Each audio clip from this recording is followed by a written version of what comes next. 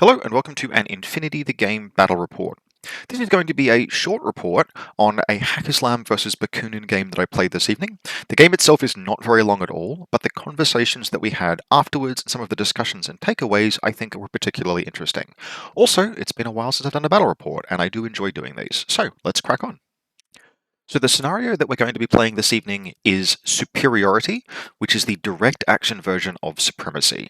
It's identical to Supremacy in all respects, except in terms of scenario extras, it has a key ops who gives the key operative dodge +3 and attack awareness, and it doesn't have a classified. Instead, you're trying to have a dominant key ops at the end of the game.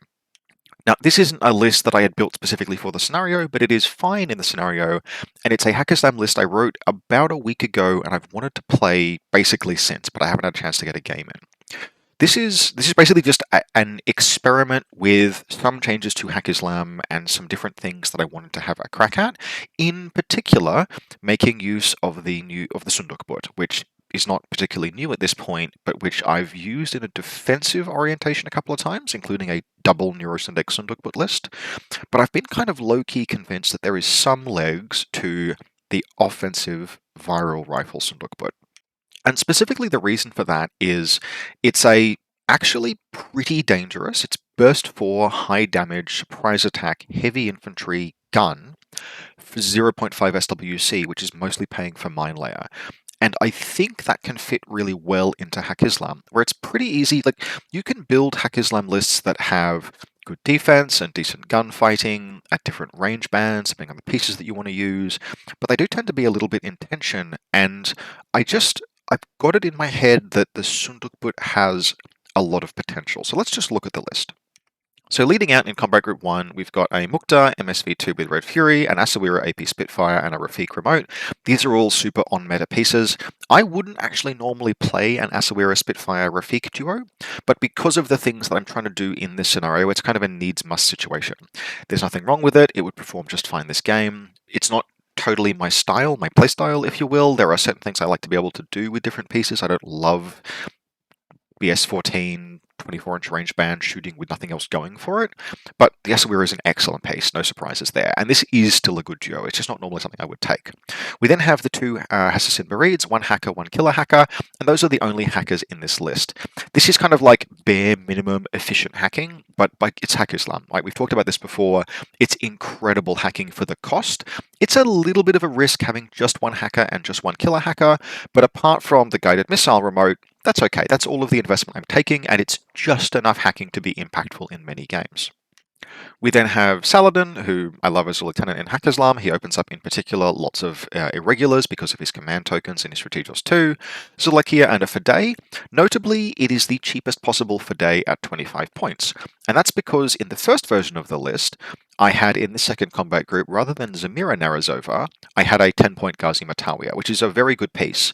But just as a bit of an experiment, I cut the Fidei down from my usual DA CCW to just the Rifle Light Shotgun AP CCW in order to upgrade the Matawiya to Zamira, which also gave me the excuse to paint Zamira. So in terms of our second combat group, we have a Kum Rider and Zamira. I like putting fast, irregular attack pieces in second combat groups because they're quite efficient.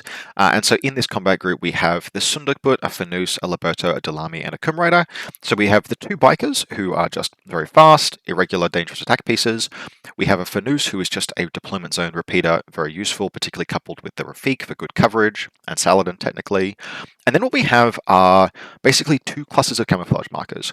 We have the Sundukbut, and its mine layer and its decoy, and the Libertos, its mine, and the Dalami. And the Dalami is going to voluntarily deploy behind the 20-inch line in this scenario, so that there are two identical-looking clusters of camouflage markers, each of which could be different things. And you can mix them up, but that's something that I wanted to try as kind of like an easy standard operating procedure.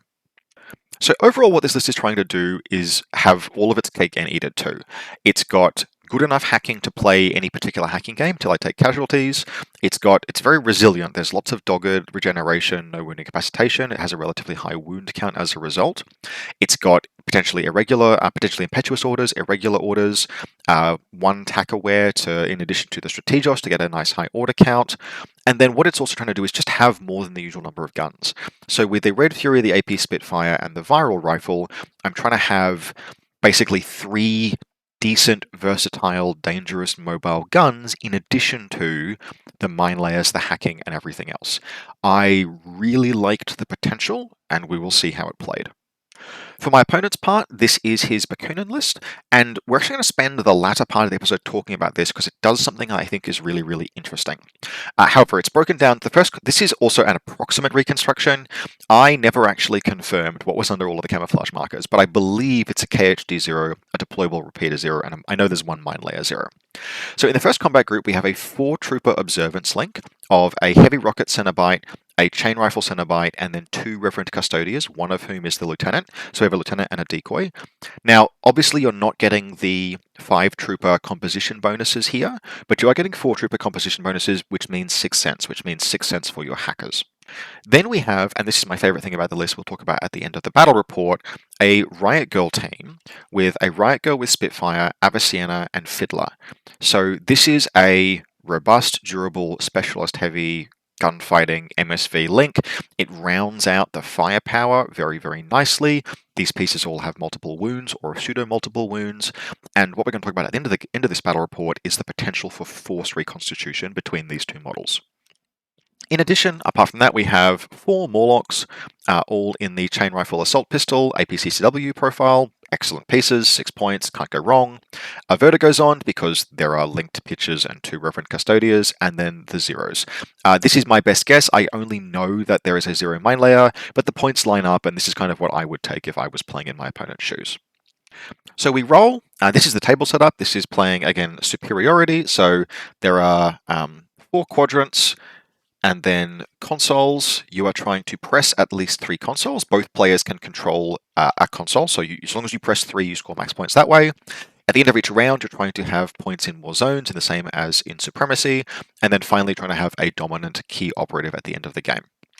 I win the lieutenant role by rolling a 3 and my opponent fails, and this is always a tricky decision, particularly in a scenario like Supremacy. I'm probably going to be happy either way, but as kind of like, to be honest, increasingly my decision on whether I go first is down to how much I think my opponent, how much I respect my opponent to be able to set up a game state that is terrible for me if I let them go first, whether by kicking my teeth in or just by unpicking all of my bullshit.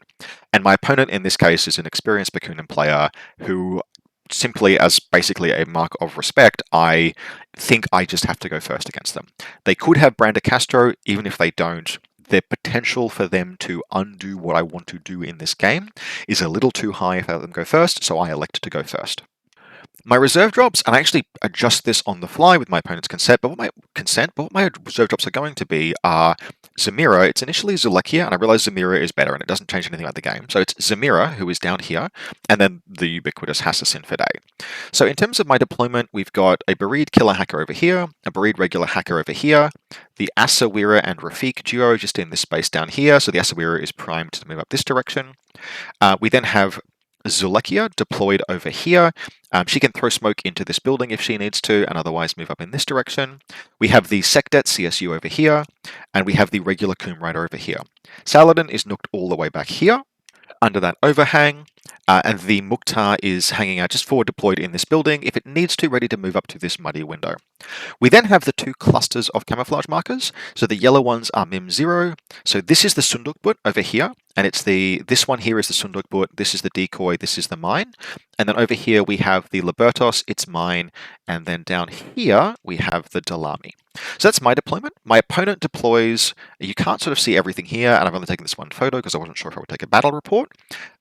Do this battle report, but we've got basically in this space, kind of back here, is the Cenobite link. So you can just barely see them, but there are 2 Cenobites here at ground level. This one's the heavy rocket launcher, this one's the flash pulse, and both of them are obviously fairly sturdy ARO pieces with 6 cents, multiple wounds, armor 3, BTS 3, good CC. Hiding back here behind this crate is we have one of the Reverend Custodians, and then the other one is the other one is back here. The reserve drop's going to be a 0 mine layer to try and counter my Hassassin Fide. My Hassassin Fide, by the way, will deploy there after deciding I can't really make any good sort of penetrations. The Fiddler, Riot Girl, and Avicenna team is deployed back here. The Riot Girl is kind of watching this line there. Fiddler is watching that line there, and Avicenna, being kind of the most important piece for force reconstitution, is well back. And then there are just Morlocks liberally scattered throughout the deployment zone. There's one way back here, there's one over here, the sectate is there's one over here, and there's one in blocking this doorway. So these Morlocks actually form a really efficient cordon and are what ultimately makes me decide not to just YOLO my Fidei in. I instead just deploy it behind this crate here, specifically because I suspect that there's a zero mine layer as the reserve drop, and if there is, I'm going to be able to very easily start unpicking the things that are locking the Fidei in, because it will take 2 camouflage markers. If my opponent wants to lock the Fidei in, it needs to be 2 camouflage markers there, and I'll be able to easily, under the cover of smoke, see and destroy both, potentially, with the Mukhtar. The missile bot is hanging out all the way back there, and although I consider making a run on it, given that there is Fiddler back here, I'm not super inclined to try and suicide in a Fidei for that. Once my Fidei reserve drops down here, then the zero mine layer reserve drops. The mine comes down here, and the actual zero comes down to guard this Custodia, which does very heavily telegraph that it is the lieutenant. I'm like 90% certain. But even if it wasn't the lieutenant, what's confirming that it's the lieutenant, basically, at least in my opponent's mind, is I've got reasonably good picture threats, and a picture here puts this Custodia in Trinity range, whereas it's more difficult. Basically, this Custodia is protected by distance, so my opponent then also protects it with deployables and picket elements. So I'm going to recap my first turn, but just to forewarn you, it is the only turn in the game. My opponent has had kind of a rough day at work, and he actually would enjoy more if we play through the first turn, and at that point he's sort of feeling a bit discouraged, spoiler alert, and he would rather we just talk out how the game could go and just have a conversation. He really enjoys those kind of theory conversations, workshopping solutions, rather than necessarily beating your head against the wall. And that's totally fine. That's a genuine, legitimate way to enjoy the game, is talking about it and theory crafting. So there's only going to be one turn, but then we will have a bit of a conversation about what was discussed afterwards because it was interesting. So I've got one Impetuous order. I've deployed Zamira as Impetuous, and so she Impetuous is up to here. She's just had a line of fire over the Cenobite. I gauged that reasonably well, and she actually uses her BS-12 to launch a smoke grenade down to there. She has a line sort of like along there, which does not get seen by this Cenobite here. So far so good. Before she goes any further though, I decide I want to make a run with the Sundukbut. It's one of the pieces I wanted to test this game, but also, to be blunt, I've made a mistake. My opponent is using a model that they normally use to represent a clockmaker. It's actually the analytical operative or something from one of the Spec Ops boxes, but I have mentally checked it off as a clockmaker, and so I think, excellent, I will fight this piece. I will fight this piece with the Sundukbut. So what the Sundukbut does is it moves up and around here in one order, and then basically in the second order moves up to the edge of this building there, draws line of fire within 16, and surprise attacks. At that point it's like, oh yeah, it's Fiddler. You told me it was Fiddler. You know what? This is still a good face-to-face roll. This is going to be 4 dice on 13s versus 2 dice on 9s. I am damage 14, viral, I have a very good chance of killing her or badly damaging her, and I can start to really bully this space and put shots into, maybe kill the Morlock, something like that, go into suppressive fire. I have many good options if I can clear her off. Unfortunately, however, she crits on a 9 and she puts the Sundukbut all the way to unconscious. This is kind of staggeringly unlikely, and I am a little bit salty about this, but on the other hand, it's a thing that can happen, and I got to see at least the potential of what the Sundukbut could accomplish. There is an alternate history in which the Sundukbut basically blows through this entire flank by itself, and although that didn't happen at all, and it just went straight to unconscious and I was down 49 points, the potential was there. So in retrospect, I'm still kind of sad that it happened, but it gave us a chance to see some other things, and it did happen early enough in the turn that I had plenty still to do. The turn was by no means over. Also, as a quick note, before I forget, Saladin used his ability during the order phase, to move into Combat Group 2. Because I judged that I would be able to attack with both Zamira, I'm going to get their names wrong, but whichever one the bad twin is, and the Sundukbut, I flipped him over at the beginning of the game in order to give that group 2 more orders. So, yep, alright, the Sundukbut has spent 2 orders and died. That kind of sucks. But we have Zamira sitting, basically she's moved up to this position here. So she moves around behind the smoke. She does get seen by the CSU, but it's at long range. I dodge, I succeed the dodge, I move out to here, and then I make a 14-inch Berserk into the Cenobite with HRL. Ungodly amounts of firepower come into Zamira and kill her. She comes surprisingly close to surviving Dogged, actually, but she does die. Multiple heavy pistols and the mine, and it's the Morlock Assault pistol that eventually kills her.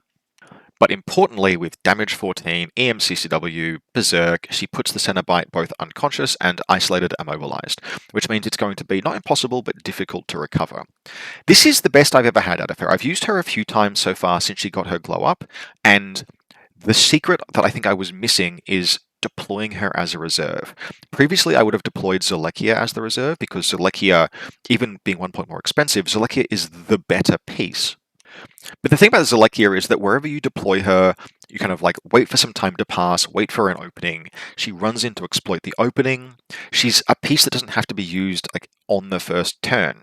Whereas Zamira is a piece that, as a reserve drop, is going to be much more efficient, because you can put her where you know there's going to be an opening, and you can even potentially deploy her Impetuous, which you can't really do, or don't necessarily want to do, with bikers that you don't know if you're going to activate them.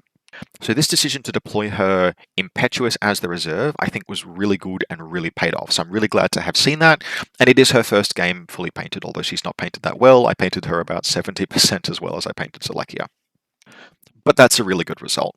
From there, Zelekia activates, she just moves up to here, throws smoke into the building to there, succeeds, and then the Mukta activates, moves up to here, takes a gunfight with the Flash Pulse Cenobite, which is now without 6 Sense. It attempts to Flash Pulse me, neg 12, neg 9, fails. I do 4 hits to it. It fails one of its saves, or 3 hits to it. It fails one of its saves, and it guts back. It makes its religious roll, and it guts back into cover. But 1 wound is 1 wound.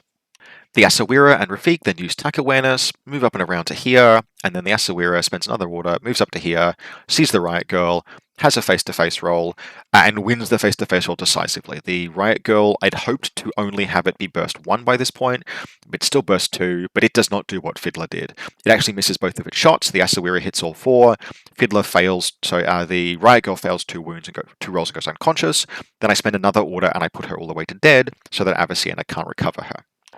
This is actually the point where we just sort of like call the game, because my opponent has just said, look, I've had a long day at work, and this does not feel like, I'd rather just talk about how this can be played out rather than necessarily beat my head against the wall. And so the conclusion that we come to is that I will spend some of the rest of my turn basically just setting things up. There are very few orders left in the first combat group, a few in the second, but no real attack pieces. So what my opponent thinks is the worst case scenario is the Hassassin Fide moves around here, can't really be stopped, runs into close combat with the Custodia, and it dies, but puts a shotgun. Basically, the Custodia makes a CC attack, and the Zero places a mine, and the shotgun kills both the Zero and the Custodia. So at this point, my opponent is down a Cenobite, a Custodia, and a Zero, and a Riot Girl, which is all of his SWC active guns. He only has 2. And I'm down a Fide, Zamira, and the Sundukbut. Now, the interesting discussion we have here basically is the game over? And although my opponent feels kind of quite demoralized by the first turn that I've had, I would actually contend that this game is much more live than it looks at first glance. In fact, if the Riot Girl had just gone unconscious or had not been killed, and she was very unlikely, it was basically almost as unlikely for the Riot Girl to go unconscious as it was for the Sundukbut to go unconscious on that first turn. Or if the Custodia had survived, my opponent would actually be in a fantastic position. But as it is, although he's in loss of Lieutenant, the game state is surprisingly tenable. I have not been able to push up and occupy either of his zones. And he is in an ideal position. It's going to cost him basically all of his command tokens, but he's in an ideal position to reconstitute his force. Even the bricked and unconscious Cenobite, he has the potential to recover, because Avicena is right here. My only ARO piece is the Mukta, who is standing there. And so with the first irregular order, the Custodia places White Noise, and then, or like wherever it needs to go. I think it actually needs to go somewhere more like this, or like that. And then Avicena comes down here, comes across there, and she's spending command tokens. She's got a Tack Aware order because of the scenario. She's the Cheops. She comes down here, and then around here, she recovers one or both of these troops and recovers the Cenobite. Now that's going to require basically, and then 1 command token to reform the link. That she might not get all of those, and that will require basically all of her like all of her orders and possible command tokens, including to reform the link. But because of the skirmishes that are already in these zones, and because the Fidei is dead, my opponent doesn't have to do anything to keep the scenario score even. And what he's managed to accomplish here is a pretty game force reconstitution. Now, he's still down slightly too many active turn guns. I think he's going to have a hard time fighting his way uphill. But let's actually stop and consider, what did I lose on the first turn? I lost Zemira, a Sundukbut, and the Haqqislam Fidei, which is half an SWC and 85 points of my 300. That is now there was some bad luck there, but there was some good luck there too. I had on balance a perfectly reasonable first turn, and I'm down very close to a third of my army. Meanwhile, if my opponent successfully reconstitutes his force there, he's down. Now, to be fair, losing the Riot Girl in particular sucks, and he might not be able to get both the Custodia and the Zero back up, but in total, that's like 60 points. And command tokens, and positions, and the turn. Like, he's behind, but he's behind in a way that, with a bit of grit and diligence and determination, can potentially pull the game to much, much closer or even a win over the course of 3 turns. And that's what I found really interesting, because it's firstly, he was totally convinced that the game was done, and it was only as we talked about it that he came to the conclusion that, okay, he's still behind, he's still very behind, but maybe he can actually make a game of it. Maybe the game is not actually totally concluded. Because it's not easy to tell, if you've just taken a kicking, and particularly if you're lost a lieutenant, it is not easy to tell that you might still be in the game. The game feels very done, and it's very difficult to necessarily recognize and feel good about the fact that you have a potential chance to reconstitute your force and rebuild in a way that the casualties you inflicted on your opponent during their first active turn are actually what you have gained in terms of the game state. And that's why, in particular, I love that little fire team of Fiddler, Avicenna, and the Riot Girl. If I played Bakunin, that would go in like almost every list, because the potential that that team has to just wander around and recover literally anything in your army that is down. Like, there is a Cenobite that is unconscious, isolated, and immobilized, and my opponent is lost a lieutenant, and they can potentially still recover that Cenobite. That is excellent ability to force reconstitute, and force reconstitution, which we'll talk about in a future video in the Infinity 101 series, is one of the ways that you can beat this kind of warband attack. Like, prima facie, this attack with Zemira, impetuous, irregular, regular order, to put down a Cenobite with heavy rocket launcher was hugely efficient. And yeah, it's not necessarily particularly efficient in terms of the recovery. It's going to take like an order around here, an order around here, like 3 orders, probably 4 orders best case to recover that Cenobite. But the Cenobite, once recovered, is alive, and Zemira is still dead. So I just think this, although we called the game there and just had a conversation, we didn't play through to the conclusion, we sort of agreed this is probably a Haqqislam win, but maybe not, and that was interesting enough to be the game's entertainment. I do think this game was a really interesting and excellent example of how, particularly like in a tournament environment where you are willing to play through all 3 rounds, forced reconstitution as a defensive measure is really efficient and effective. So, hope you enjoyed this. Hope you enjoyed this discussion. Videos over the next couple of weeks will be entirely dependent on how my personal circumstances play out. I am trying to buy a house. I don't know if I will be able to. The market is cooked. We won't talk about that in any great detail, but the next week for me will either be very busy or very not busy. And if it's the latter, I hope to have some more videos, particularly the Infinity 101 series. If not, hope you enjoy this, and I will continue to try and get videos out as I can. As always, hope you enjoyed, and I'll see you next time.